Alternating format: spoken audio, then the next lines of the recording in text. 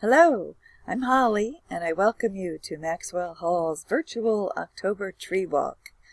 This is an opportunity from Charles County. We thank them for offering a grant, and we thank the Friends of Maxwell Hall and George Gazarek, especially for his efforts in making this possible.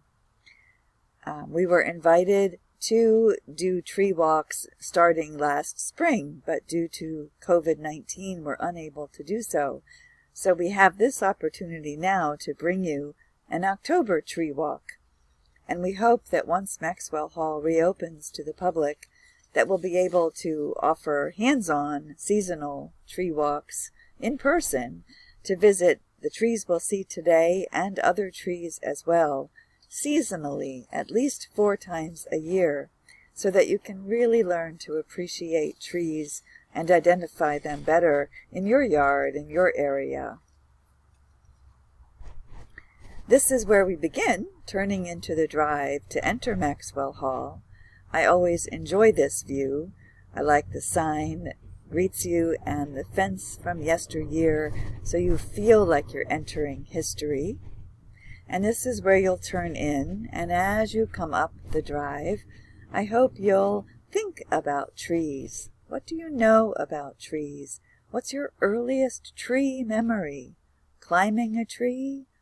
A tree being knocked down or cut down in a storm or by a chainsaw? Some other tree memory? Most of us have, if we think about it hard enough, have lots of associations with different trees. Maybe you climbed out your window like we read about and see in the movies so often, and climbed down a favorite tree. Think about all you know about trees. As we continue our tour, or as we start our tour to visit some trees and meet some trees, this is where we'll start, both virtually and in person, at the pavilion at Maxwell Hall. There's parking in front of this pavilion, there's parking at Maxwell Hall, and there's parking if you go to the right. As you continue up the drive, there's an overflow parking lot. So lots of parking once we do meet. If we were in person, these picnic tables would be covered with learning center materials and books and leaves and twigs, lots of information, hands-on, touch, feel, learn about trees. Because we're virtual, I did not set that all up this time, but we will take a tour from here.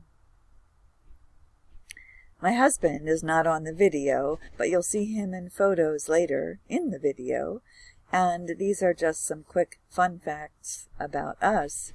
Most important that we wanted to point out is that we have both completed a tree steward training program, a 12-week in-depth, fabulous program offered by the Charlottesville area tree stewards in Charlottesville, Virginia.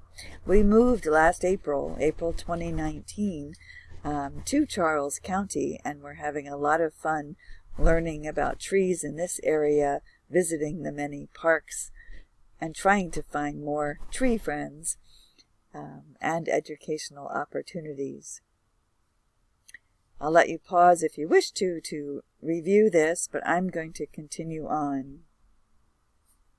So here you see a disc of wood cut from, we believe, a cedar or juniper, red cedar, with the red cedar in the middle, and cats, Charlottesville area tree stewards. So this was one of the little gifts we got during our learning experience with cats. I have this on a scratched up wooden cherry table that we own and spend a lot of time at, and a colorful leaf. And I love that the leaf itself, the markings on the leaf, look like a tree. So this is just to get you thinking about trees, noticing different details about trees as we continue. So here I am again, and I'm on the pavilion on my knees. Once we meet in person, I will save my knees and be at the picnic tables and standing. But here you can see that we did, as we were planning this walk, pull a few leaves and twigs collecting around the grounds, and something over here that we'll talk about later, some samples. So we'll have lots of hands-on experience and photos, visuals for you as we continue today. So now I'm going to take you through 15 slides of trees that we will meet today. We'll first visit them just in this quick glance. You'll see mostly the bark and trunks of some of the trees, and just to get you thinking about the differences and seeing if any of these are trees that you can identify already. When you're learning, if you're new to trees, if all of this is overwhelmingly new to you, we hope that you'll choose one tree, perhaps a favorite that you have, and learn all you can about it, similar to what we'll meet and learn today. So here's number 1. And in the background you can see the pavilion. So the first tree we will walk from the pavilion forward is not very far away. There's the parking spaces in front of the pavilion. And a clue as to what this tree might be. The bark. Think about how you would describe this bark. What do you notice about it? I find identifying trees by their bark challenging. My dad could be 50 feet or 50 yards from a tree and tell you immediately what it was, whether he could hands-on see that bark or not. He knew so many trees, and I'm sorry that I didn't listen more to him growing up. I love flowers, so I spent a lot of time looking down at the flowers more than I did up at the trees. But as you study a tree, you should look up and down, and you should try, if possible, to walk all around a tree. Notice as much as you can about a tree. There are often different clues from different views. So this is the first tree we will visit, and now I'll go faster through others. Number 2, also the bark. How is this bark different from the previous slide? How would you describe the differences? Number 3, quite different, smoother. How would you describe this? What's different? What's the same? What else do you notice? Number 4, different once again.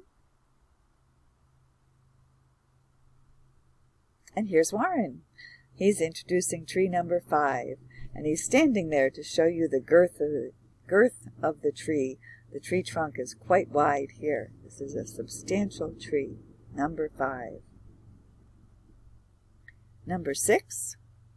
Hard to see a trunk here, but you can see some stems and twigs, some branches. Number 7 is a cheat slide.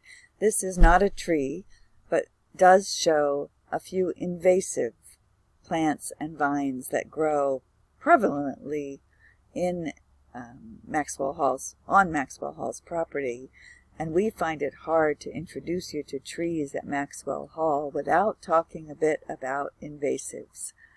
Warren is especially interested in eradicating invasives, and he will share some more information in our in-person walks, has passed along things that I should be sure to remember to tell you on the video. But we'll come back to these at the end of our tour. We'll focus on trees first and then visit briefly invasives. Number 8 is one I suspect many of you recognize. This is almost like a weed in Maryland. Kind of makes us laugh because, believe it or not, when we lived in Virginia, we tried hard to get one of these to grow on our property and did not succeed before we left. But here they are everywhere. Number 9. There's a clue on this one to help you find it when we are able to do in-person walks. The birdhouse is there on the tree. I've tried to include a few visual clues in the photos so that this will be more familiar to you when you're able to visit in person. This one I forgot to put a numbered tag on, so there is no tag, but I have it inserted near where we will see it in our walk. Number 10, several of these on the property. 11 is another I suspect many of you will recognize. We'll talk more about it later. 12, 13, 14, and our last tree that we will meet today is shown here. Some people consider this a shrub. The definition of a shrub versus a tree is argued sometimes. Often 18 to 20 feet in height is the deciding factor, and this tree or shrub kind of does a bit of that over and under. I've included it here as a tree. And then we're back to the pavilion, and here I am again, and this time you can see I have a few leaves and branches here, and then a grouping of invasives. All of these are invasives that we found on our October walks, and we will share information about that at the end of our tour. But let's start. Oh yes, before we walk in the woods, what should we think about? There are perils, things to watch for walking in the woods in Maryland, and poison ivy and spider webs, ticks, mosquitoes, in the autumn, burdock. They're the sticky burrs that you might find all over your clothes after you take a tree walk this time of year. So what else do you watch for when you take a walk? What do you think of in advance? Wear a hat, bring some water, you might pack bug spray. Think about that. So here we go. Here's our list. These are just some of the things that we often bring, especially if we're going on a tree walk, a purposeful, intentional tree walk. We often forget some of these when we're hiking, and then we improvise. But these are some of the things you might want to consider packing to bring on a tree walk, and there might be additional ones.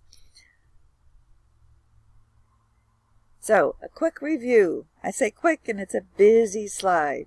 I am going to talk through much of this slide, and we will revisit and learn as we see the trees themselves a lot of this.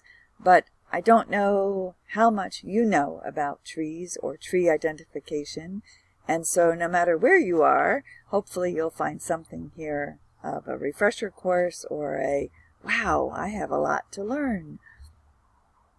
So again, look up, look down, look all around, check the leaves, and a clue that we learned, that leaves are tricky on the same tree. And sometimes the best way is to take 2 or 3 from different parts of the tree to study, if you can reach them. And often mid to upper branches are truer to identification tips. But of course the lower branches are usually the easiest to see close up. But something to keep in mind when it's possible. And check the edges of a leaf. Is it smooth or not? Check the back of a leaf. The patterns and the textures and changes from front to back of a leaf can be fascinating. So the first and easiest step in using any guidebook to identify trees is to know whether the tree has leaves or needles or scales. So is it a leaf or not? This one is usually a quick, easy, yes, this is a leaf. No, these are not leaves.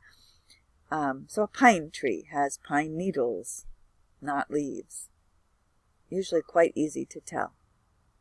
And then a simple from a compound leaf can be a clue that is very useful, and we will learn more about that later. And learn to tell opposite from alternate, which we will learn more about later. And you'll need to remember, or not need to, but I find helpful to remember to get mad. And we'll explain that later. So as I said, to study the edges of leaves. Is it serrated like a steak knife with teeny tiny points? Does it have lobes, sinuses? Is it dentate? Dentate might remind you of dentist. It is the official term, professional term, if you will, but most tree folks say toothed. So a dentist reminds you of teeth. So a steak knife has teeny tiny pinpoints, but a toothed leaf has teeth. So we'll see those differences as we continue. I find it very helpful, the more I learn, to start recognizing many family names in Latin. So my name is Holly Dilatosh. When you think trees, you would think Dilatosh holly. The last name comes first. Quercus. Quercus means oak. If you see quercus in the name of a tree in a book, it's an oak tree. Acer. Acer are maples. Pinus are pine. Cornus, dogwood family, and others. Ilex is one that's easy for me because I heard it all my life. Ilex are holly trees. There are many Latin names. We'll see many of them as we meet these 15 trees today. But to learn a few, recognize a few, especially of trees that you are interested in, it helps in identification. Use your senses, right? So we're outdoors here. I forgot to mention that we might hear some other noises because I'm recording from our deck at home with trees in the background. Seemed appropriate, and the weather was cooperating. So smell, sound, snap a twig. What do you hear?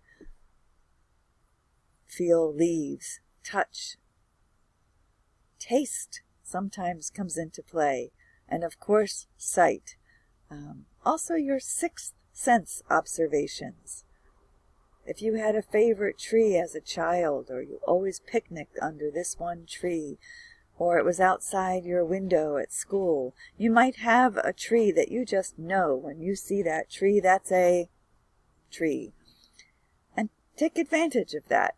The things you've picked up along your journey in life will be different from those that we have picked up, but they can often help you in identifying trees.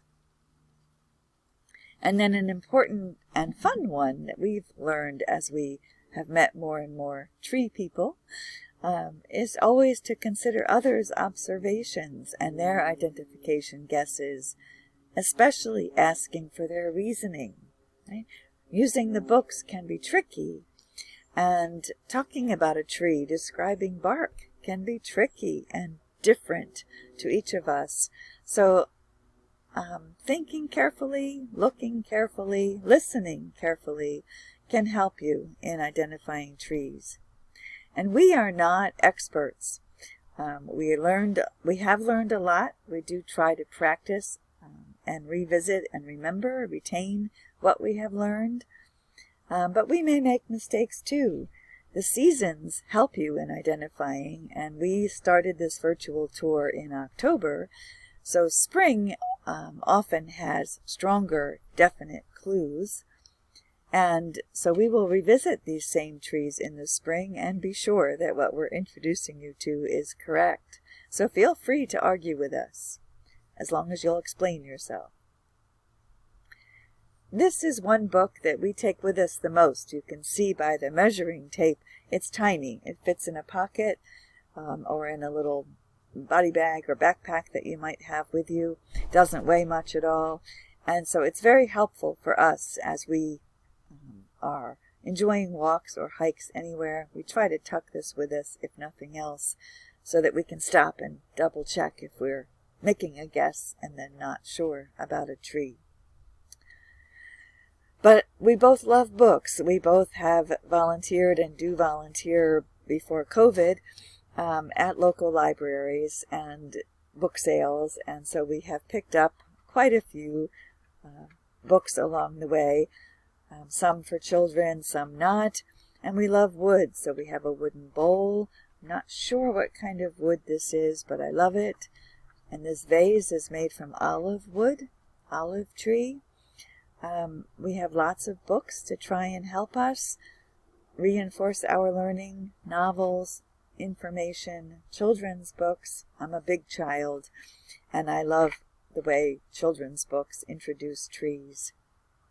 So lots of resources that we do use as well, just so you know we're not talking completely off the top of our heads.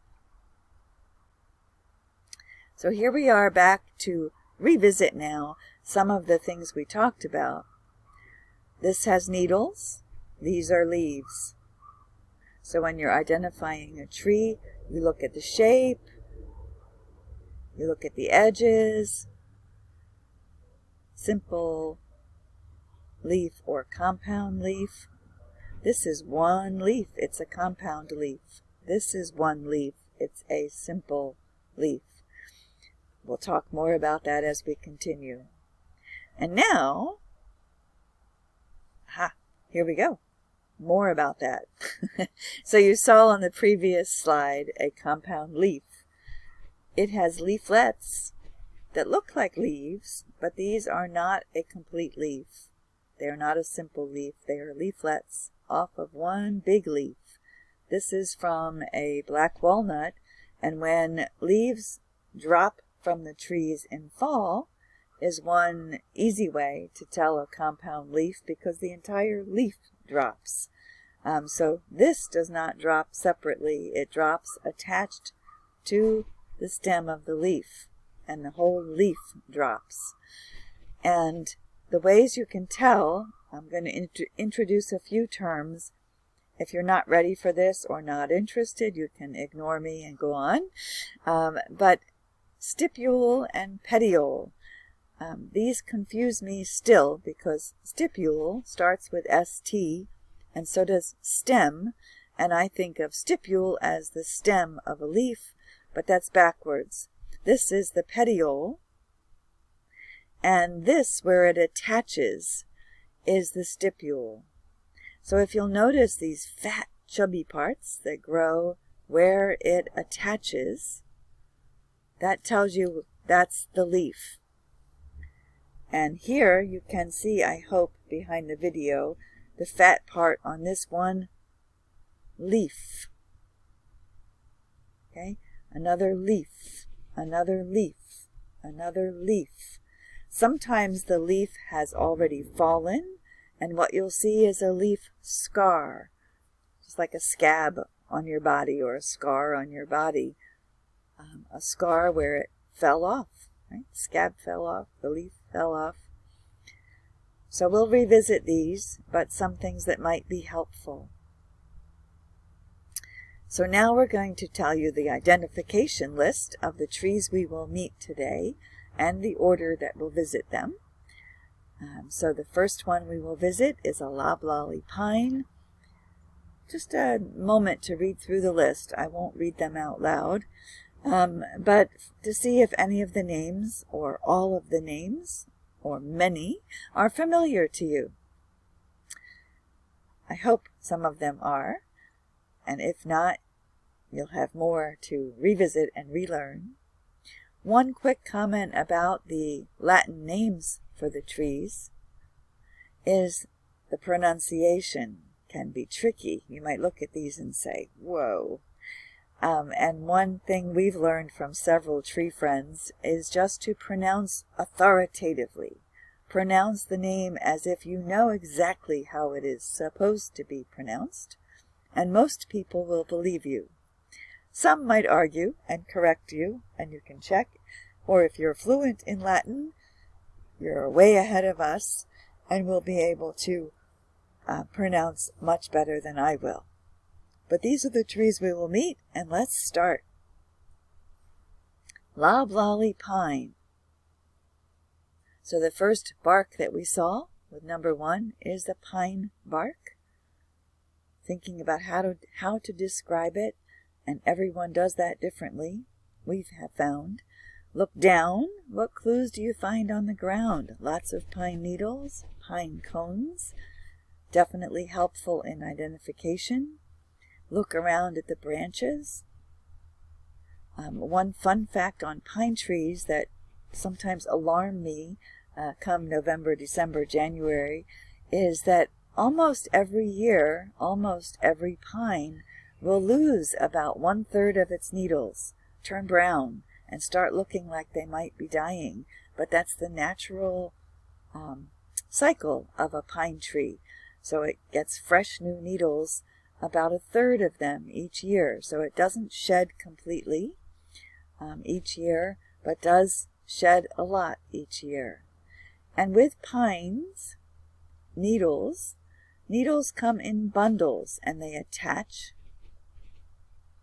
to the stem. And the bundles here in a loblolly have 3 needles.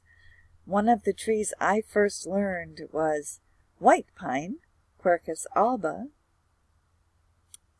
Pinus alba. Not Quercus. Quercus is oak. Pinus is pine. Pinus alba has 5 needles, always. Every bundle of any pine tree, white pine tree, anywhere, has 5 needles, and that's differentiates it from every other pine. It is the only pine with 5 needles. Most have 2 or 3 needles, as the loblolly does. But a fun thing to check, to teach children and big children to look for every time they meet a new pine tree.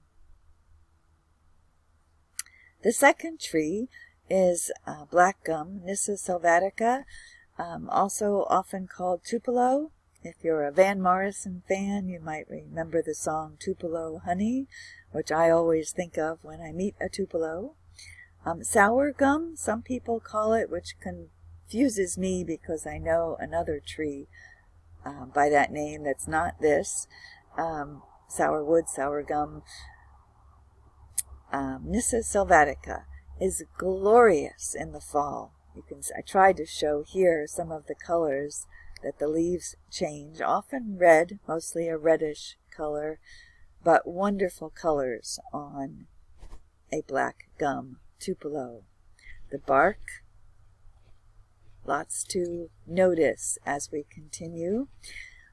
This tree is right behind the loblolly tree that we will first visit, but then we'll walk down to the roadway and we'll find another Tupelo black gum off to the right side of the road. We're going to leave the pavilion, go to the loblolly, and then make our way down to the roadway and go back toward where you drove in to the gate, and then turn around and come back to Maxwell Hall. Not a long walk, and many of the trees are quite close together. So we'll visit 2 black gums, one just a quick glance, and then go down to the roadway and find this one. And then we'll meet ironwood, musclewood, American hornbeam, Carpinus caroliniana, my chosen authoritative pronunciation. What's different about this bark? It gets its name musclewood by the sinewy looking, looks like you flexed your muscles. Not that I have many, but you can almost see the ropey texture here. So that's how many people use that as a clue to recognize it. Often multiple trunks. What do you notice? What will you remember? How will you remember? We don't see the leaves too well here. We will in the spring. Number 4 is river birch, and there are several river birch. This one we will visit is after the ironwood, and we turn around at the gate, and we will see several more. There are also some almost immediately opposite it near the ironwood. So you might get confused or reinforce your learning as you visit. So the leaves are still on in October. Here, the bark is distinguishable. It's like paper, and many people confuse it with paper bark birch, the bright white birch New England is known for. If you study the difference, you'll easily recognize that this is not that beautiful white paper bark birch, but it is papery. You can peel it like paper, not usually in as big a strip as the white paper bark birch. There are other differences as well that the leaves can help you with. And this is the slide I like to use to introduce alternate versus opposite. If you go back, you'll recognize other alternate opposite leaf and branch patterns. So alternate, boing, boing. Notice where the leaves meet. They are not directly opposite each other, but they are alternate. And this is definitely a clue to use as you are identifying. You can see it also here. Branch, branch, branch, branch, branch. Alternate. The river birch. Remember, I advised earlier to look up. We are looking up the river birch here at the sky, and sometimes when you look up, it's very difficult to know which tree you're looking at up in the sky, and are you looking at the right leaves from far away. Binoculars are useful sometimes.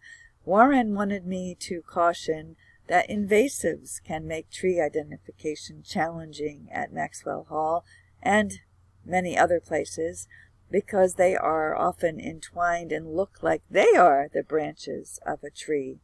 So be careful to study carefully if you're trying to identify, and double check as many clues as you can.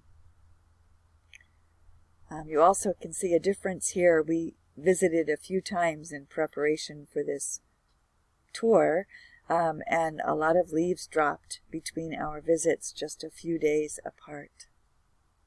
Autumn, right? Changes morning to afternoon to evening, day to day, quite dramatically sometimes when those winds blow.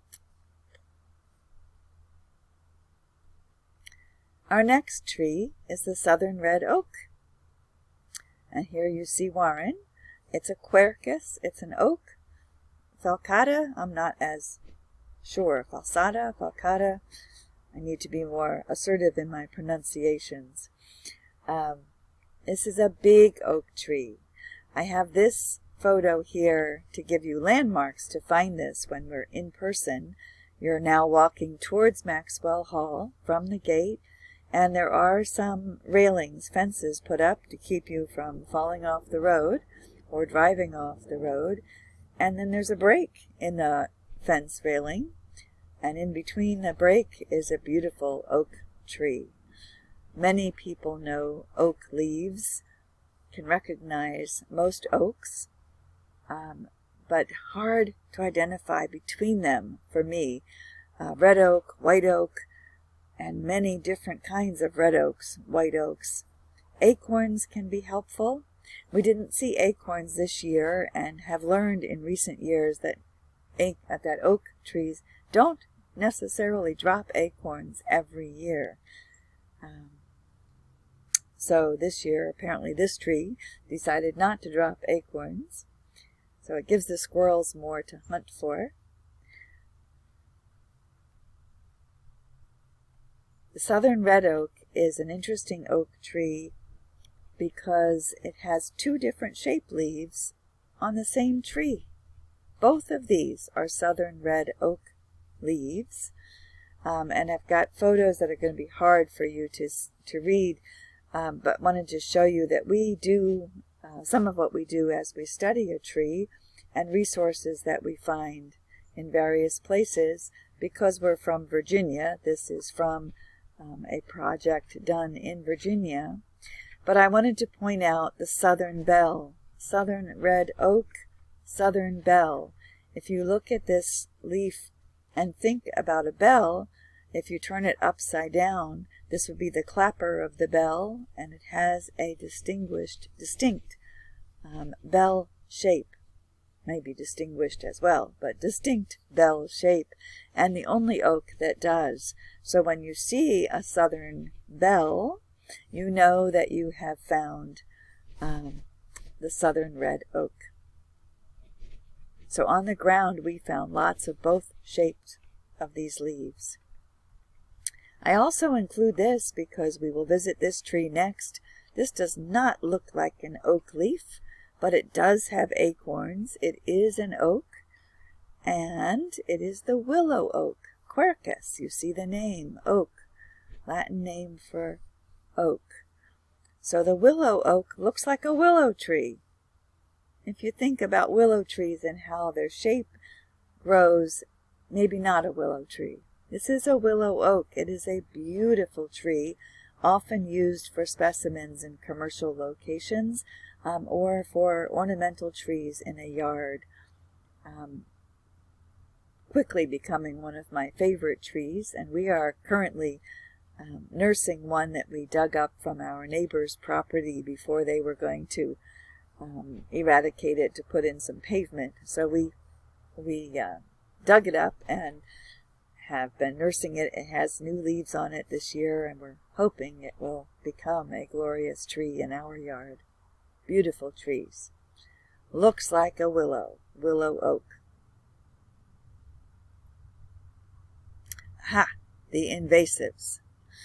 Just past the willow oak, and almost immediately across from the pavilion, as we're walking towards Maxwell Hall now. The pavilion is now on our left, on our right, on the left behind the pavilion too, but on our right you can see many different types of invasives causing some injury to the trees. Warren and I have received permission and hope to be working at eradicating these invasives in this area off the side of the drive, and so maybe when you come you won't see as many there, but I'm quite sure you'll be able to find them on the property, and learning to identify them can be helpful. We'll talk more about them at the end of our tree tour. Sweet gum. This is the one I thought many of you would know. These are everywhere we go in Maryland so far, and they have the star-shaped leaves. I forgot to mention when we were back on the oak leaves about lobes and sinuses. So most of you are familiar with oak leaves, and we can look here as well. The point of the star would be the lobe, and in here would be the sinus, right? If you're describing the outer edge of this leaf, star shape works for a sweet gum. Oak leaves often have lots of lobes and sinuses, right? They have little round points, and they have the deep or pointy points, and the sinuses, like inside your nose, a sinus, or your earlobe, a lobe. So you count to identify. You often count how many are on most leaves. How many do you see? So it helps to know that vocabulary and then count the lobes.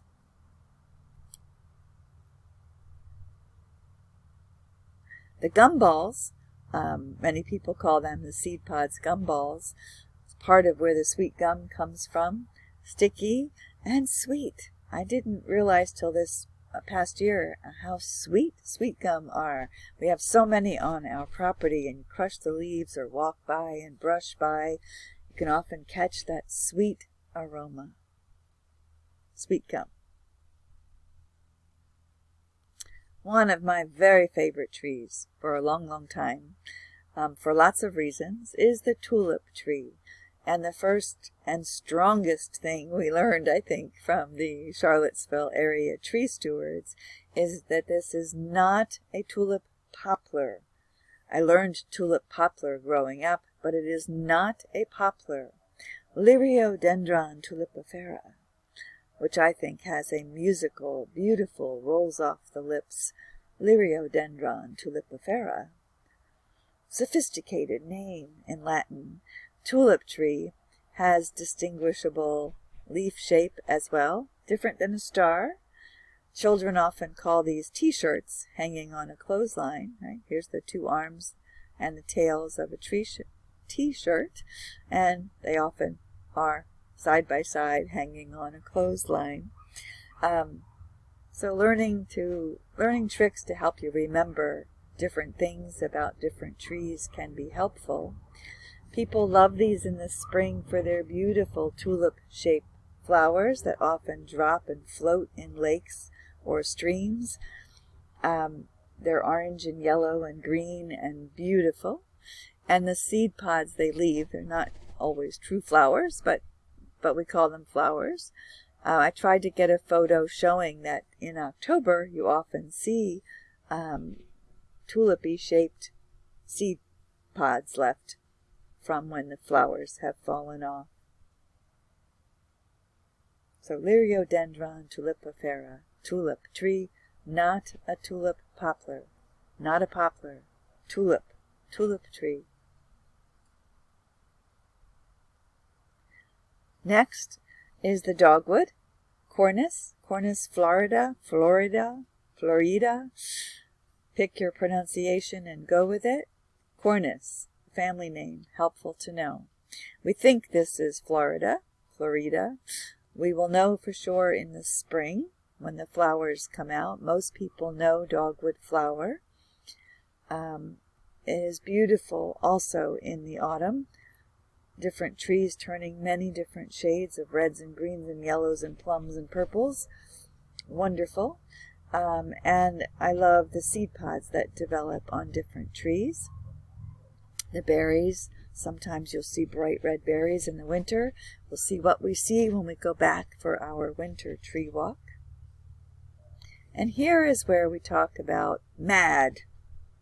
So MAD stands for maple, ash, dogwood. And these are common trees in the area, and all of them have opposite leaves. Most other trees are alternate. But when you think mad, you get angry, you oppose something, you oppose someone or something. Opposite, oppose, opposite, maple, ash, dogwood. So I remember this most often when I see a maple, because maples start with M, as does mad. But maple, ash, dogwood, mad. They all have opposite leaves. May be difficult to see in this photo, but if you look here, you see two branches opposite each other. They're not alternate, they are opposite. We may have lost the opposite branch over here, but you'd be sure to see a scar from where it fell off. Opposite. Hard to tell here with the leaves. Here you can just see opposite. So when they're directly across from each other, they're angry, they're fighting, they're opposite. They're not really fighting, but it helps to remember opposite. Persimmon, another beautiful tree, one that I often walk right by and go back to for the bark. This is one bark that I can usually remember if the tree is mature enough. Younger trees don't show this bark pattern, often referred to as popcorn. Looks like popped popcorn, a little bit bigger than popcorn size, but the bark is different in its pattern, and you can see the fruit. There's still some left on the tree here, and Warren's hand, which I'm hiding, so maybe you can't see the fruit of the persimmon. And I apologize, but the orange fruit of a persimmon tree. The American persimmon is quite different than the Asian in the fruit size and taste. I don't find the American persimmon very palatable, but when I lived and taught in Korea, I taught English as a visiting professor for a while, and loved the persimmon trees and the persimmon fruit in Korea, much bigger, tastier, and I loved hiking, seeing the beautiful red maples and the beautiful orange persimmons. And if you hike, as I did, right after harvest time, you almost always see one branch full of persimmons or one big juicy persimmon left on the tree. And in traditional Korean culture, you never take everything, you leave something for the wildlife. And the crows love persimmons, other birds too, and so most people still to this day, as they harvest, leave some for the birds. I'm not sure that that happens in most American culture situations, but a fun little Korean tidbit I enjoyed learning. So here is another example of some of the materials available. This one from Maryland. We are trying to accumulate more Maryland resources. And we have seen the black gum, and we just saw persimmon. The leaves on a persimmon tree are ovalish, pointy, but so are the black gum. So how do you tell a persimmon leaf from a black gum leaf, from a pawpaw leaf that we will meet later in our tour? How would you describe the differences? They all have smooth edges and a sort of oval shape. They all have a point. Perhaps the point is pointier on a pawpaw. Notice the leaf vein patterns.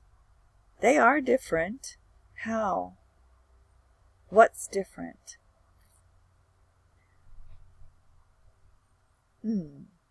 This one's opposite. This is alternate, but it has a tiny opposite. These are all, not all opposite. Lots to study and learn from a leaf pattern and helpful in identification. Often the length of a leaf will be asked or given as a clue. And here a new word, pith. If you're not familiar with pith, it is the inner core of a twig or branch when you cut it open. And one of the reasons a penknife is often helpful. And I forgot to mention when we were at the black gum tree, and I had forgotten this learning tip to identify, you can easily tell a black gum by its pith. It has like corrugated cardboard sort of looking sections inside. Most pith is a solid. Sometimes the pith is very narrow, sometimes it's most of the twig, sometimes yellow, orange. There are definitely distinguishing factors that can help by cutting open a twig of a tree you are trying to identify. Another landmark as we're walking. We really haven't walked very far. We've seen several trees, but we haven't gone very far. We are now approaching the Y, where the right-hand side will take you to the extra parking lot, and the left-hand side will take you to Maxwell Hall, and that's where we're going to go. And within near proximity of this tree, you will find dogwood and persimmon and others. The next tree we're going to meet is behind this sign. The southern magnolia, beautiful one at Maxwell. Magnolia grandiflora. Most of you will be likely familiar with the magnolia tree and its big, beautiful flowers, right? They have beautiful citrusy smelling flowers in spring, summer, and early fall. And then these marvelous seed pods. I'm eager to go back for our winter tree walk to see more red showing. These will dry and open further, and bright red berries, seeds inside. Wonderful tree. Very common in the South. I grew up in New Jersey and was lucky enough that my father was a horticulturalist and nurseryman, And on our property where I grew up, in my backyard, I spent many hours under two beautiful southern magnolias. As far as we ever learned, they were the northernmost southern magnolia on the East Coast at my folks' home in New Jersey. And wonderful tree climbing trees, wonderful flowers, wonderful leaves, the velvety on the underside, brown and velvety. Lots to admire on a magnolia. And one tip, if you have them when you're cutting flowers, I used to cut and bring flowers to my mom, and she would yell at me because I would cut below the leaves, because the leaves are pretty with the flower. But she taught me to always cut here under the flower and leave these leaves, because if you cut below the leaves, it'll be a year, or it'll be 2 or 3 years before that branch is able to flower again. But if you cut just here, just cut the flower off, it will flower again the following year. So she taught me to cut, definitely cut and enjoy. They're beautiful one-day only flowers. They turn brown after one day, but they're wonderful for a one-day delight. And then take leaves from elsewhere on the tree. There are often lots of leaves filling the branches. But the southern magnolia, beautiful. I wrote cedar ? Because most people call this red cedar, but it's truly a juniper, Juniperus virginiana. And it has male and female trees, as do holly. Trees have male and female, and pawpaws have male and female, and persimmons have male and female trees. And to be fertile, to bear fruit, you need to have a male and a female within reasonable proximity of each other. So if you have lots of holly trees and no berries, you're missing the female, right? So here, the juniper, most people will recognize the juniper berries and then call it juniper. But when you see the wood, you think red cedar is really juniper. The female has the berries, and they are really cones, not berries. But we call them juniper berries. They're used in cuisine. And the European juniper is often a source for gin, alcoholic beverage. And then we'll come around to Maxwell Hall. And as you stand at Maxwell Hall and look out from the porch, you'll see the next trees that we'll talk about, and a beautiful observation deck. And there's Warren at the observation deck, and he's looking out at many more trees at Maxwell Hall. And in front of him, although we can't see it, is the river. And we're told that a few decades ago, you could see the river from Maxwell Hall. Not possible now with the growth of the trees. So trees do sometimes block views, which is why many people chop them down without fully thinking about what's happening. Also looking out from the porch of Maxwell Hall, you'll see picnic tables, and under the picnic tables you'll see this, or near the picnic tables, not under them. This, believe it or not, is a black walnut tree. You cannot find very easily any black walnut branches. Those are all invasives that have really damaged this tree.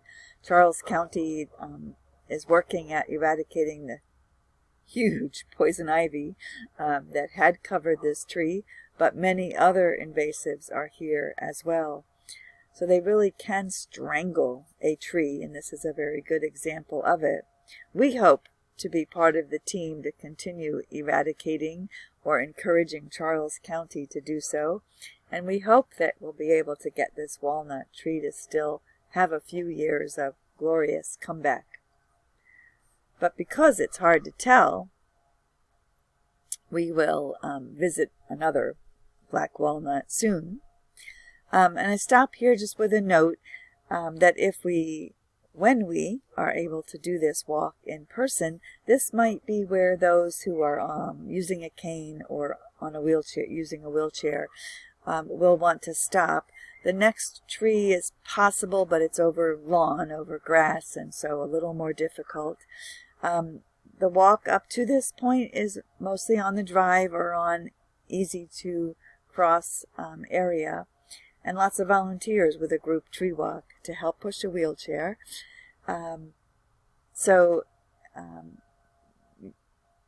Handicap can take the disabled, differently abled, almost anyone can take the tour up to this point, and then can drive around towards the extra parking that I talked about to see the other trees that we will talk about today as well.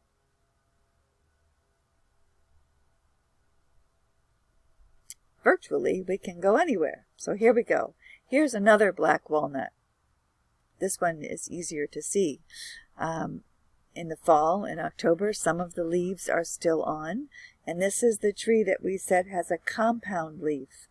Hard to tell in this photo as clearly, but it's not, the different leaflets don't fall off. The whole leaf falls down, one long leaf with several leaflets on the walnuts, and dangerous in the fall when they are dropping their walnuts. They are often big, like small baseballs, and they are easy to twist an ankle on or break an ankle on, so do be careful when walking around walnuts.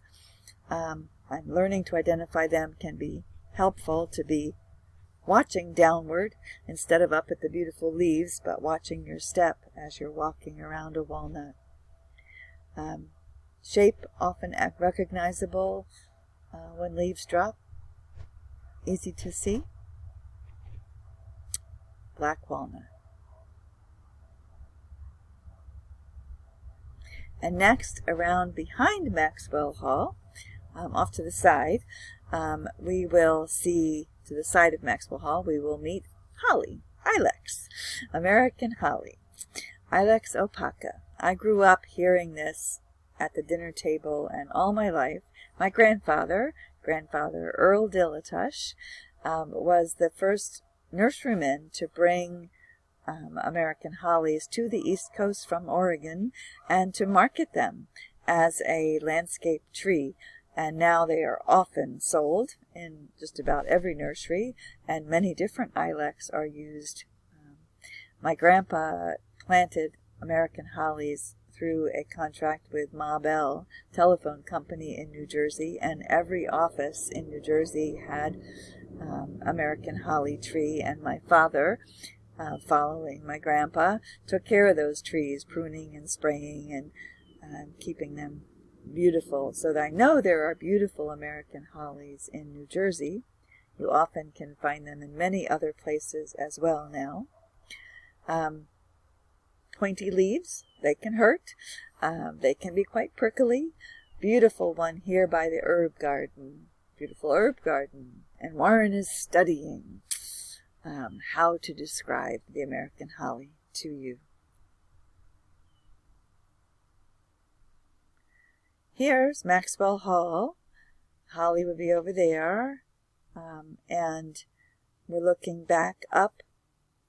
You can see the incline, the stairs come down, a signpost over the butterfly garden that we're working at bringing to more and more beautiful life and trying to help the habitat. There's a crepe myrtle. We didn't talk about them on this tree walk, but many of you have them. Ours had already dropped its leaves, but this is a younger one and still has its leaves on it. Lots of things to notice here. Black walnut.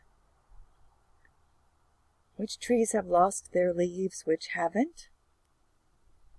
Lots of things to think about with tree identification, different seasons of the year.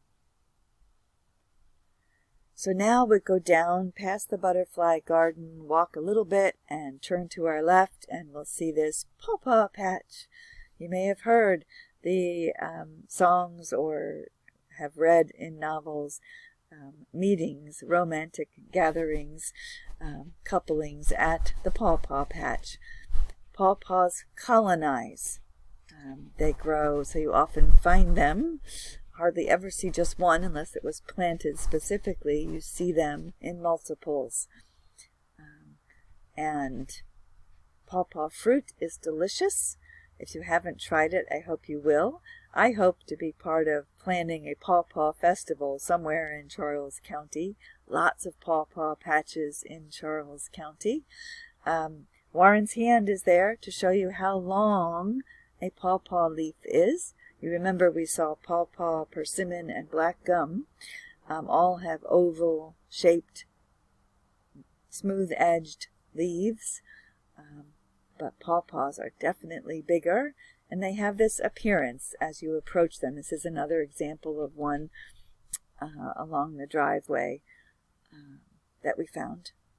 But the pawpaw patch is our last tree, so you have met 15 trees. Wow! To the left is where the pawpaw patch is that we just visited, and this is right near it, is one of my favorite scenes at Maxwell Hall. If you walk on down here, you'll see the trails that go to the river or meet up with the Maxwell Equestrian Trails. You'll see some beautiful Juniper virginiana, and another loblolly, and this tree that we'll meet on our next tree walk. Lots of trees at Maxwell Hall, and lots of beauty at Maxwell Hall. Lots of the same tree, so you learn, walk on, and recognize at least one that you've learned from our tree walk. As you continue, we hope you will continue to recognize them and teach others. So now we will revisit the 15, but this time in alphabetical order by their Latin names, and see what you can remember about each one. I hope you'll pause here and challenge yourself and go back if you need to revisit and learn more, so that when we visit in real life tree walks and the seasons change, you'll be able to teach us. You might know things about these trees that are fun for the rest of us to hear, and we look forward to the chance to learn with you. Promised we'd come back to our friends, the invasives. So here you can see the parade that we collected, and starting here, the multiflora rose. There is a native rose that grows as a vine as well, but not as invasively, there are many of these. This time of year you see the rose hips. Make some tea. Here's wineberry, trumpet vine, and honeysuckle visible here. Warren wanted me to reinforce with you that when you are walking anywhere and see and recognize invasives, try not to take the berries with you or the seeds with you on your clothes. Try not to spread them further. So when you're in an area that's heavily invaded, stop and check and clear off, and if possible, don't put these in your compost pile. That will just spread more. Most can be burned. Poison ivy, you can catch poison ivy rash just from the smoke of a poison ivy, so you have to be especially careful. Some people put them in plastic bags, tie them up and put them in the trash. But do be careful and conscious of invasives. We have not seen, and hopefully we will not see, kudzu at Maxwell Hall, but if you're familiar with kudzu, you may have seen as you drive along the roadways miles and miles of everything totally covered, and that's the kudzu invasive. They are challenging. When they are happy and don't have predators or competition, they go crazy wild. So porcelain berry is pretty. You may see it and want to pick the pretty berries. Your children may. You don't want to pick the pretty berries, because then you'll have these all over your house and you'll have lots of trouble trying to get rid of them. They are another field of study on their own. Greenbrier is one that you may have encountered. I don't like encountering greenbrier. The thorns go all the way down the stem, and I try and dig into the dirt and pull them up from under the dirt because the thorns hurt on a greenbrier. They can be nasty to get rid of. Are easy to pull young, but harder as they have been allowed to grow. This one is very easy to identify in the spring and summer especially. Its leaves are a very distinct triangle. Only thing I know of that has a triangular shape. They have tiny thorns that can be an ouch as well. And honeysuckle, beautiful flowers. I love the smell.